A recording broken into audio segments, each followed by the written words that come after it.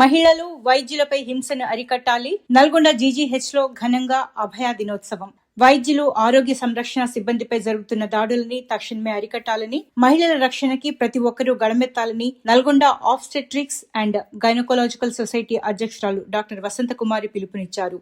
FOGSI పిలుపు మేరకి Nalgonda obstetrics and గైనకోలాజికల్ society ఆధ్వర్యంలో గురువారం ప్రభుత్వ జనరల్ ఆసుపత్రిలో అభయ దినోత్సవం నిర్వహించారు. ఈ సందర్భంగా డాక్టర్ వసంతకుమారి, ఇతర వైద్య సిబ్బంది మాట్లాడుతూ ఆసుపత్రుల్లో వైద్యులకు మరియు ఆరోగ్య సిబ్బందికి సురక్షితమైన వాతావరణం కల్పించాల్సిన బాధ్యత సమాజంపై ఉందని అన్నారు.